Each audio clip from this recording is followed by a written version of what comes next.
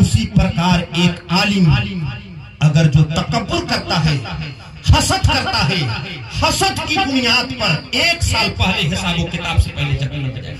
कहीं कोई कुफरिया गाना सुन लिए ना और सुनकर मुस्कुरा दिए, क्या गाना है यार, तो याद रखना खाली मुस्कुराए बेटा, हंसिए मत।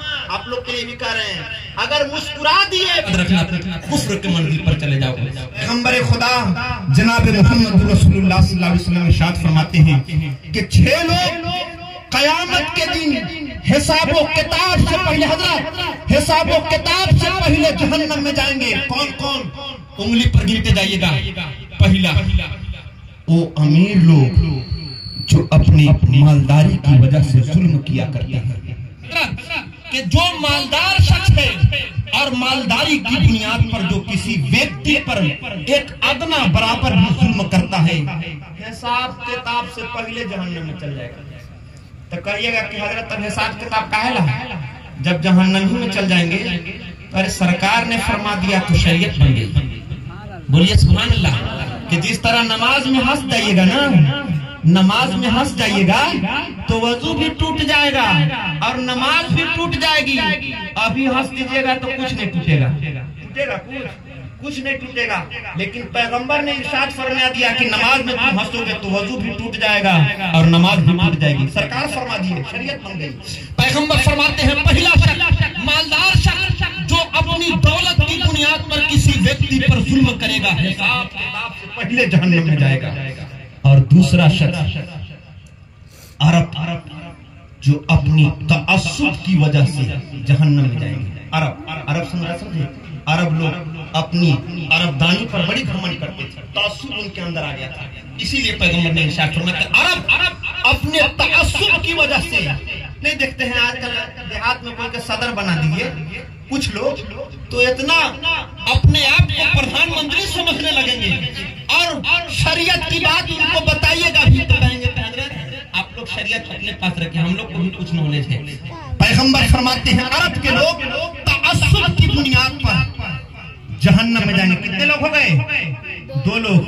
तीसरा पैगंबर फरमाते हैं जाहिल, और करिएगा गंवार लोग अपनी जहालत की वजह से हिसाबो किताब से 1 साल पहले जहन्नम में जाएंगे। गौर कर लीजिएगा इसको। कौन लोग? गंवार लोग जो अपनी जहालत की वजह से 1 साल पहले जहन्नम में जाएंगे। खाली जाहिल के लिए सरकार ने नहीं फरमाया, आलिम के लिए भी अब सुनिएगा। ओ आलिम, तकब्बुर की वजह से हिसाबो किताब से पहले 1 साल पहले जहन्नम में जाएंगे।